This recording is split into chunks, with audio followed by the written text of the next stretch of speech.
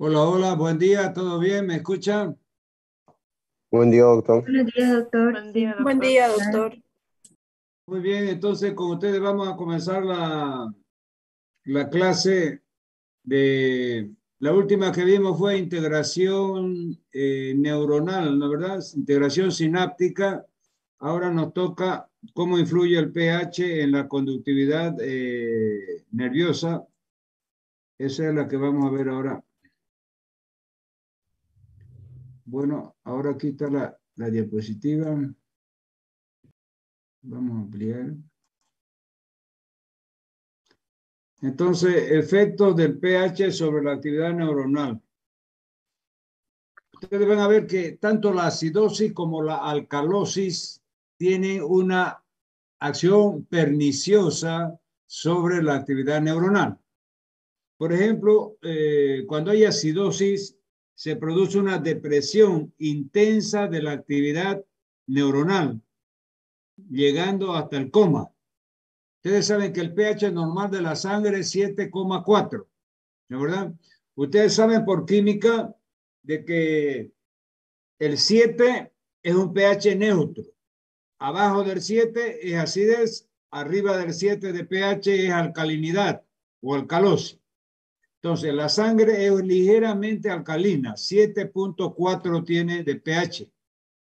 Entonces, cuando hay una acidosis, o sea, el pH está por abajo de 7,4, fíjense, puede llegar a 7, ya puede haber, el paciente ya puede estar entrando en una depresión intensa y entrando en un estado comatoso.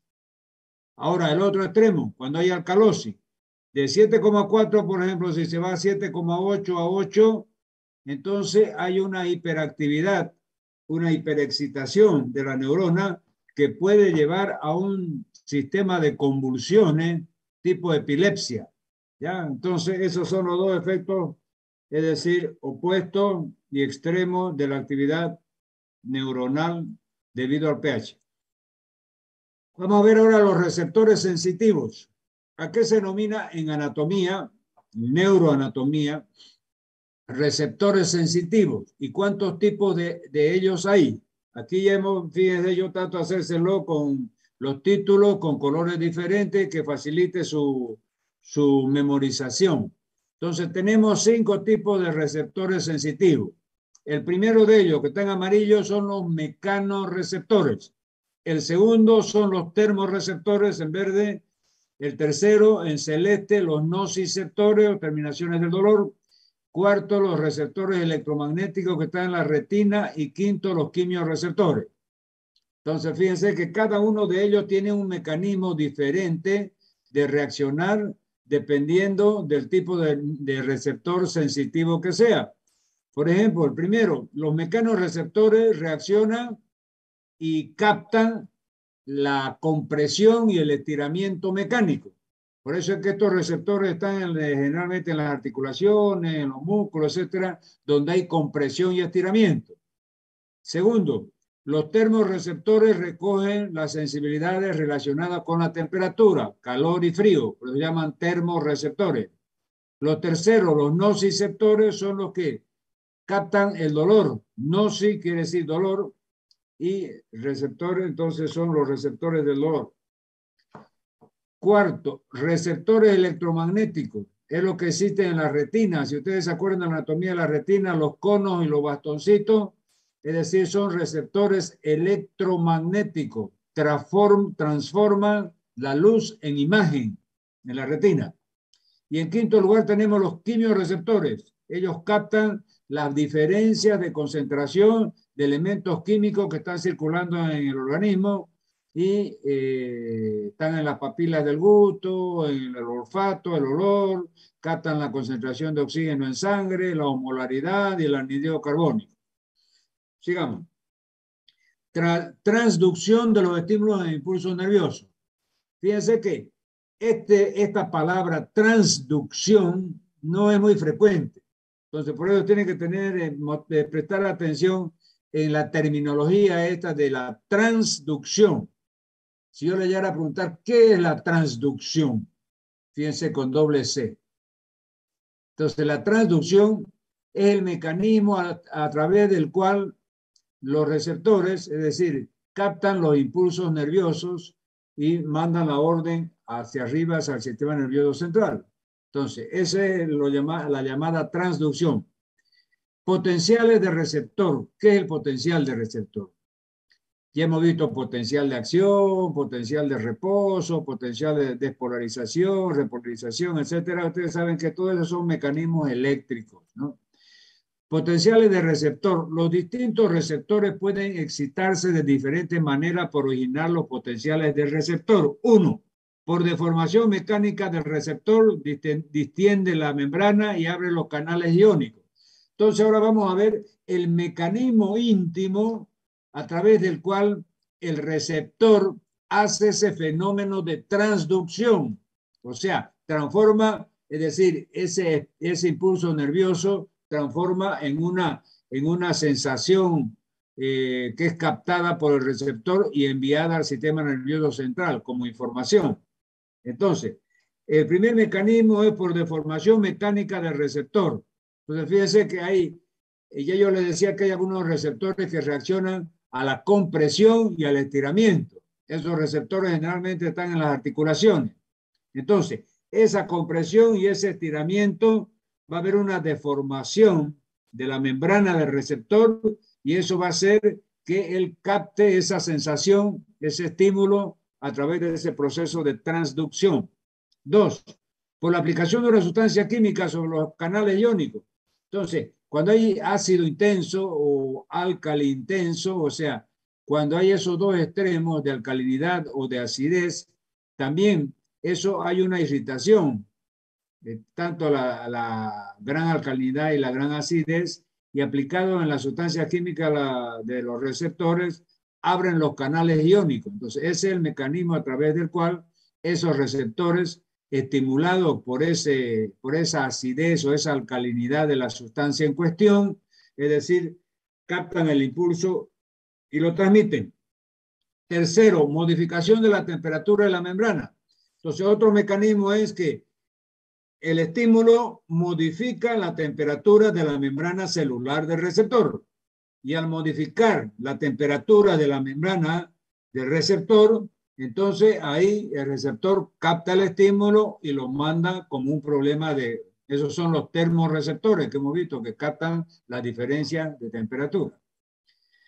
Sigamos, sensaciones somáticas. Los sentidos somáticos son mecanismos nerviosos que recogen la información sensorial del cuerpo. Estos sentidos se oponen a los sentidos especiales que son vista, oído, gusto, olfato y equilibrio. Entonces, todos los sentidos que tenemos en el cuerpo, ¿ya? A excepción de la vista, del oído, del gusto, olfato y equilibrio, todos esos otros se llaman sensaciones somáticas. ¿Qué quiere decir? Son estímulos que manda el cuerpo, los distintos segmentos del cuerpo, a esos receptores para que informen al sistema nervioso central cuál es la situación de cada sector del cuerpo. Entonces, por eso se llaman sensaciones somáticas. Y los otros órganos sensitivos como la vista, oído, gusto, eso se va a ver ya, ustedes lo van a ver en oftalmología, vista, oído, en otorrinolaringología, es decir, olfato también, que está muy relacionado con el gusto, la parte del equilibrio, en trastornos nerviosos, etc. Entonces, ¿cómo se clasifican las sensaciones somáticas? Uno, en mecanorreceptores y dos, termorreceptores. Entonces, cuando hablamos de sensaciones somáticas, estamos hablando de las sensaciones o los estímulos captados por los mecanorreceptores y por los termorreceptores. Habíamos dicho que los mecanorreceptores, es decir, actuaban por compresión y estiramiento y son los que mandan en tiempo real, online, mandan la información de ese segmento del cuerpo con relación a todo el resto del organismo y mandan al cerebro. Esa es la función de los receptores. Los receptores son como unos sensores. Por ejemplo, en el auto nosotros tenemos sensores. Cuando baja la gasolina, hay poca gasolina, chance, abre un poquito y dice, señor conductor, su gasolina está baja, tiene que estar gasolina, si no se va a quedar en el camino. Cuando la batería se descarga, pan, arde otro foquito y dice un sensor que como un receptor, la batería tiene poca carga, tiene que hacerla cambiar o comprar otra. Y así sucesivamente.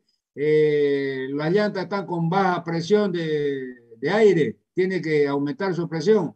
Entonces, esa misma función lo cumplen los receptores en el organismo. O sea, captan las alteraciones del organismo y mandan en tiempo real, online, la información al cerebro. Entonces, aquí hemos dicho que las sensaciones somáticas son captadas por los mecanorreceptores y los termorreceptores. Y eso mandan al cerebro la información. Sigamos, sistema somatosensorial. Es un grupo de al menos 4 sentidos. Entonces, esas sensaciones somáticas son enviadas, es decir, a esas sensaciones somáticas pertenecen estos 4 grupos de receptores. Los receptores del tacto, los receptores de la temperatura, los receptores de la posición de partes del cuerpo y el dolor. Los receptores del dolor que eran los nociceptores que habíamos visto. Sus receptores están repartidos por todo el cuerpo y permiten detectar estímulos mecánicos, físicos, químicos y la temperatura. Entonces aquí tenemos los mecanorreceptores, que es una serie de formaciones anatómicas que la tenemos desde la piel, tejido celular subcutáneo, otras están en la parte de los músculos, de las articulaciones, pero están localizados en todas esas regiones del cuerpo. Esos son los mecanorreceptores. Esos son receptores que reaccionan a la compresión y al estiramiento. Entonces, sensible a la deformación física, flexión, presión, estiramiento, poseen axones con canales iónicos mecanosensibles. ¿Y cuáles son esos mecanorreceptores? Yo les pregunto, ¿cuáles son los mecanorreceptores? Me tienen que decir, son 5. Terminaciones nerviosas libres, que esas captan el dolor. Receptores de Merkel también son mecanorreceptores, captan el estiramiento, la compresión, igual que el corpúsculo de Meissner, los corpúsculos de Pacini, los mecanorreceptores de los folículos pilosos. Entonces, esos 5 grupos pertenecen a los mecanorreceptores. Sigamos. Mecanorreceptores en la piel, para que ustedes tengan una idea de dónde están localizados. Fíjense, aquí voy a poner mi apuntador. A ver, aquí está el apuntador. Entonces, aquí tenemos la piel. Después tenemos, esta es epidermis, nuestra capa más superficial. Después tenemos debajo la dermis. Después tenemos el tejido celular subcutáneo. Y más acá puede haber músculo, aponeurosis, etc. Y fíjense que en las distintas profundidades están los receptores, los mecanorreceptores, los receptores de Pacini, de Ruffini, las terminaciones libres del dolor, que son los nociceptores. Todo eso es neuroanatomía. Si ustedes aprendieron eso, va a ser fácil entender toda esta parte de neurofisiología. Sigamos. Aquí tenemos los receptores de dolor. Entonces vamos a hablar de los primeros neuroreceptores, que son los nociceptores, o sea, aquellos que captan el dolor. Receptores del dolor igual nociceptores, mecanismos de alarma que detectan situaciones anormales posiblemente nocivas, se detectan estímulos de varios tipos, mecánicos, térmicos y químicos. Entonces, fíjense que los receptores del dolor van a reaccionar y van a captar diferentes tipos de estímulos. El estímulo puede ser mecánico, o sea, un estiramiento excesivo, es decir, una compresión excesiva, es captada como dolor, porque es tan fuerte que provoca dolor y estimula estas terminaciones nerviosas que son las células libres llamadas los nociceptores. Cuando hay una temperatura extremadamente o muy caliente o muy fría, también lesiona el tejido del organismo y es captado por los receptores del dolor. O sea, hemos visto que los térmicos, hay receptores térmicos específicos para el frío y el calor. Pero también cuando esas alteraciones térmicas son extremas, los nociceptores también se activan y captan como dolor. Los otros los captan como frío o como calor, que es leve, suave, un frío suave, un calor suave.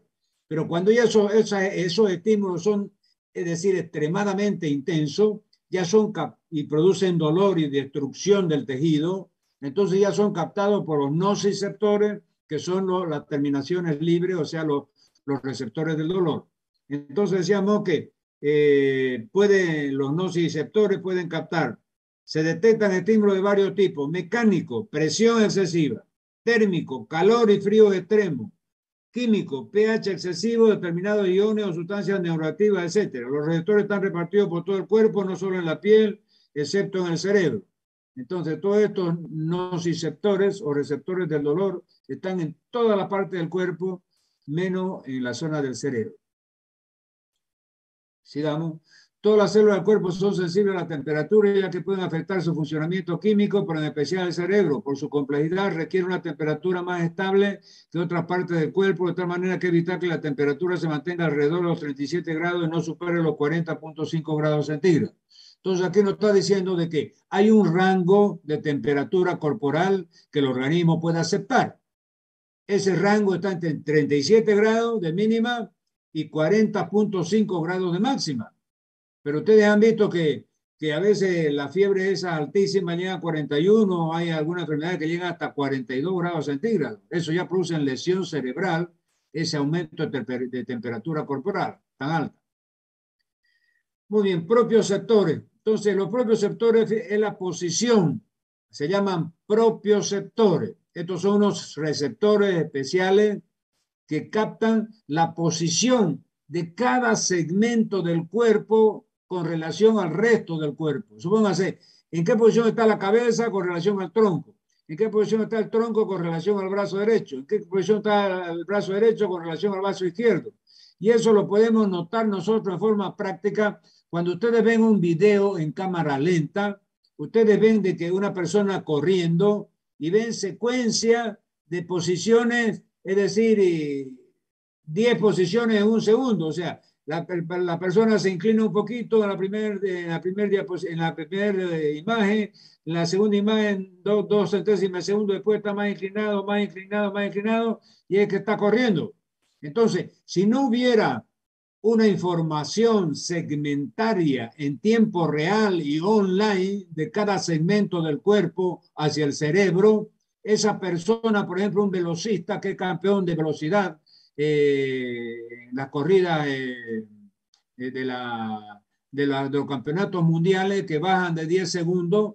Entonces, si no hubiera esa sincronización perfecta de cada segmento del cuerpo y que el cerebro ordene, por ejemplo, esa articulación, es decir, la persona a esa velocidad se caería de nariz, se caería de cabeza, es decir, no podría mantener el equilibrio, ¿ya? Entonces, estos propios sectores son los encargados de mandar la posición relativa de los miembros del cuerpo. 2, del movimiento y de la velocidad con que se ejecuta el movimiento.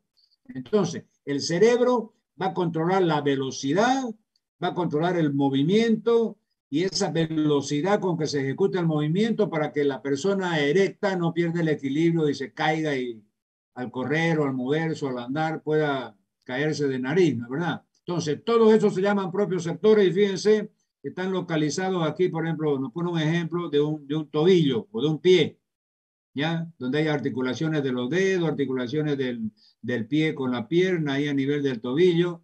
Y fíjense que todos esos sectores del cuerpo están mandando primero a la médula espinal y después al cerebro toda esa información online en tiempo real a través de los propios sectores, que son los que envían la información de las distintas posiciones de los segmentos del organismo, es decir, de todo el cuerpo, para mantener el equilibrio.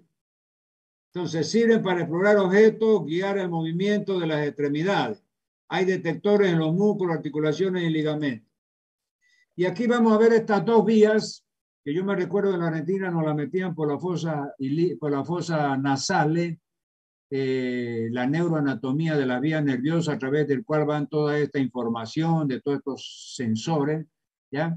Entonces, ustedes si no lo aprendieron en anatomía, o porque no se la enseñaron, o porque no les dio la gana de aprenderla, entonces ahora van a tener que obligadamente aprenderla, porque si no, no van a aprender nada de fisiología. Y no sabiendo fisiología, adelante no van a aprender nada de farmacología. Y más adelante no van a aprender nada de fisiopatología, y así sucesivamente, porque las materias son correlativas en medicina, ¿no? Muy bien, entonces, toda esa maraña de sensores que hemos visto, que son los receptores somáticos, los receptores térmicos, los receptores de la luz, etcétera, tienen vías para llegar, o sea, ¿por dónde va su información? O sea, captan la falla en la periferia del cuerpo y tienen que enviarla al sistema nervioso central para que el cerebro se informe cómo está funcionando el organismo.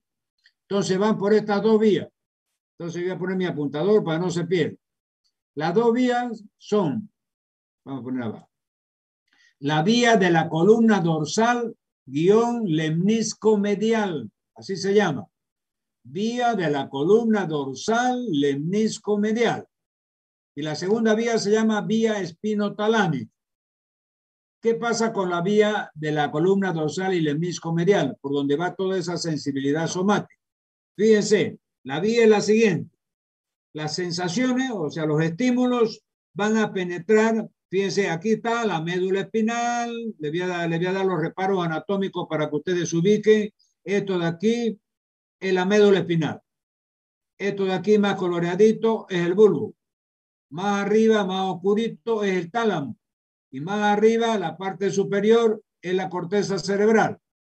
Entonces, fíjense que la vía de la sensibilidad somática en esta vía de la columna dorsal y lemnisco medial, la sensación o el estímulo entra por las atas posteriores de la médula espinal. Fíjense, hace la primer sinapsis en el ata posterior de la médula espinal del mismo lado y por el mismo lado, por esta columna dorsal de la médula, sube y va hasta el tálamo. Aquí hace su segunda neurona. En el tálamo se cruza al lado opuesto la vía y por el lado opuesto sube a través de los haces nerviosos llamados lemnisco medial hasta el tálamo y del tálamo va a la corteza cerebral. Por eso se llama vía de la columna dorsal lemnisco medial. Entonces, fíjense, se la repito rápidamente, las sensaciones de esta sensibilidad somática entran por las atas posteriores de la médula espinal, hacen la primer sinapsis aquí en la columna, del mismo lado, suben por la columna dorsal, hacen su segunda sinapsis aquí en el tálamo, del tálamo se cruzan al lado opuesto y por el lado opuesto suben por los haces del lemnisco medial hasta el tálamo y del tálamo recién van a la corteza cerebral. Esta es la famosa vía de la columna dorsal lemnisco medial. ¿Ya? Entonces, por aquí, fíjense, por esa vía van las sensaciones de la vibración. Aquí está. Tacto, vibración, discriminación entre dos puntos y percepción por esta vía. Ahora vamos a ver qué va por la otra vía que se llama vía espinotalámica.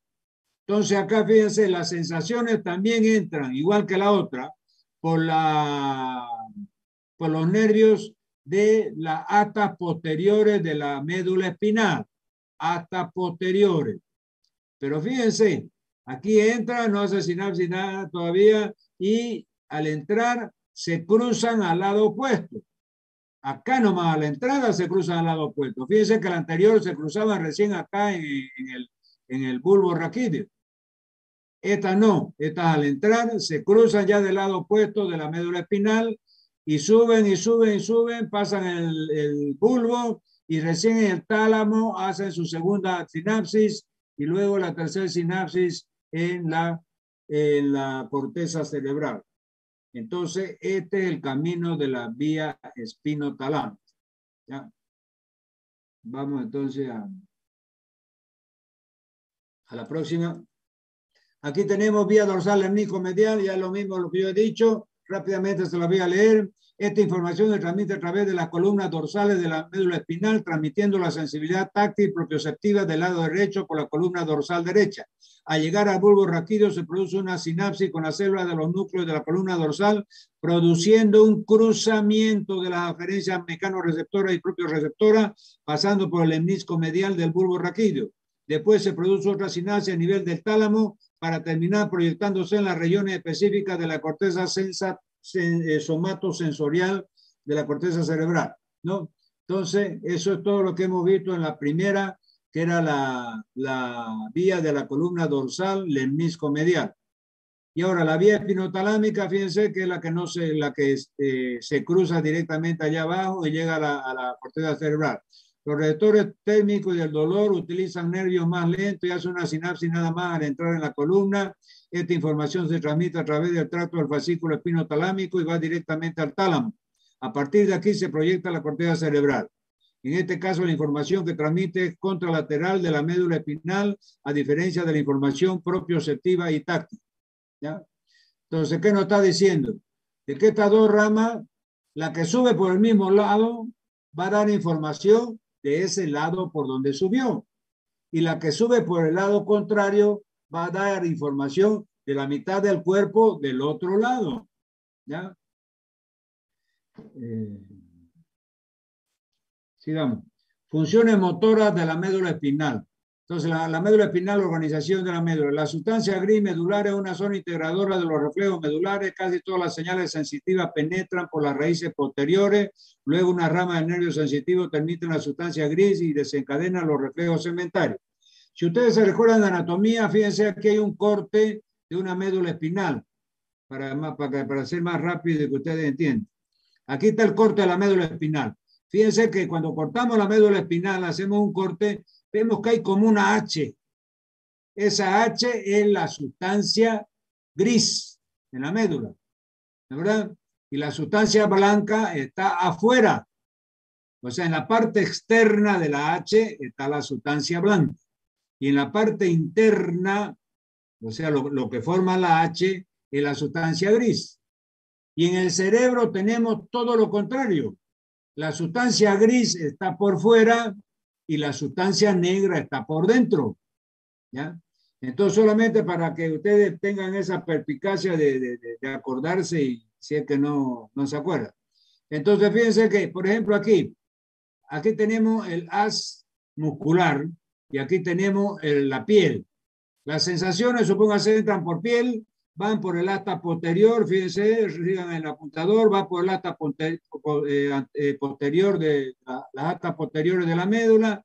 Al entrar, se cruzan, es decir, pasan a la parte horizontal de la H y vienen a la asta anterior. Aquí está la neurona motora.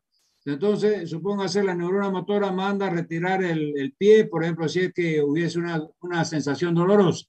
La persona pisó un clavo, que está en una tabla vieja, ¿ya? Entonces, la sensación dolorosa entra por la asta posterior de la médula y va, hace sinapsis con la motoneurona anterior y la motoneurona anterior manda una orden para que saque el pie de encima, se contrae el músculo y de esa forma es un reflejo que se va a integrar en la médula espinal.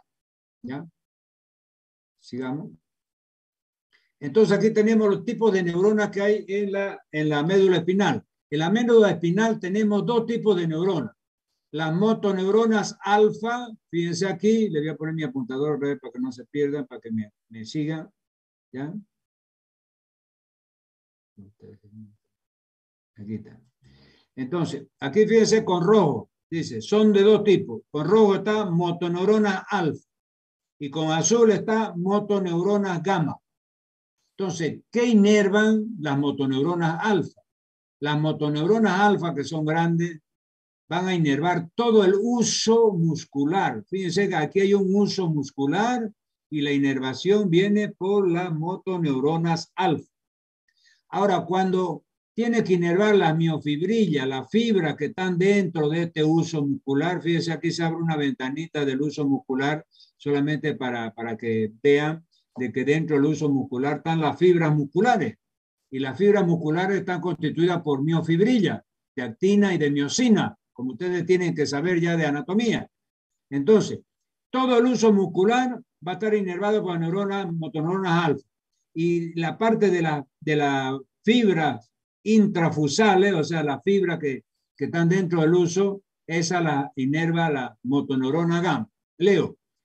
Motoneuronas anteriores dan lugar a las fibras nerviosas que salen de la médula de las raíces anteriores e inervan las fibras musculares del músculo esquelético. Son de dos tipos. Uno, motoneuronas alfa que inervan las grandes fibras del músculo esquelético. Y dos, motoneuronas gamma que inervan las fibras intrafusales. Entonces, el uso, las alfa y las intrafusales, la gamma. Vamos a ver.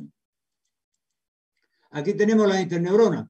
Fíjense que las interneuronas son otras células que se encuentran en la médula espinal y son 30 veces más numerosas que las motoneuronas. Pero son 30 veces más numerosas que las motoneuronas. Entonces, la interneurona, ¿cuál es la función? Hacer la interrelación, ¿ya? La coordinación y la interrelación cuando entra el estímulo sensitivo y tiene que salir la orden motora. Toda esa es la función de las interneuronas. Les voy a leer. Se encuentran en las astas anteriores, posteriores y áreas intermedias de la sustancia gris de la médula. 2. Son 30 veces más numerosas que las motoneuronas.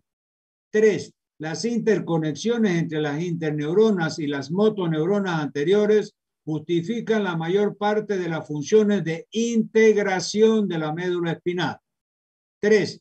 Las interneuronas del sistema nervioso central son por lo general neuronas que desempeñan un papel inhibitorio y usan los neurotransmisores como el ácido gamma aminobutírico y la glicina.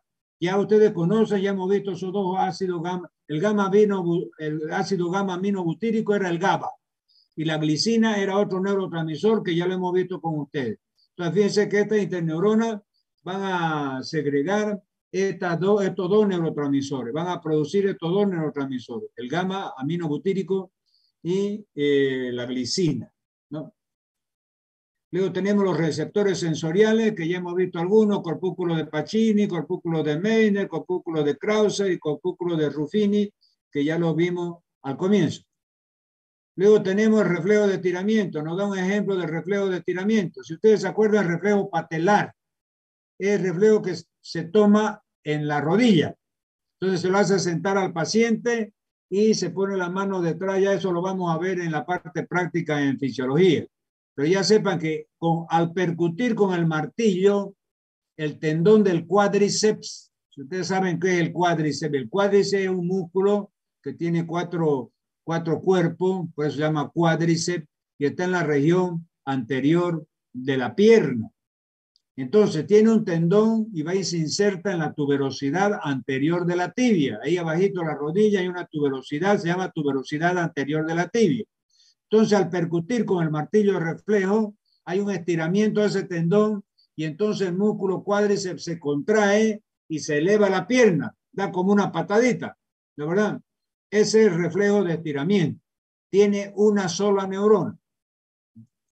Muy bien. Entonces, esto es lo que tienen que saber de la parte de pH neuronal y de los receptores. Si hay alguna preguntita ahí, rápidamente, a ver. Recording stopped. Adelante.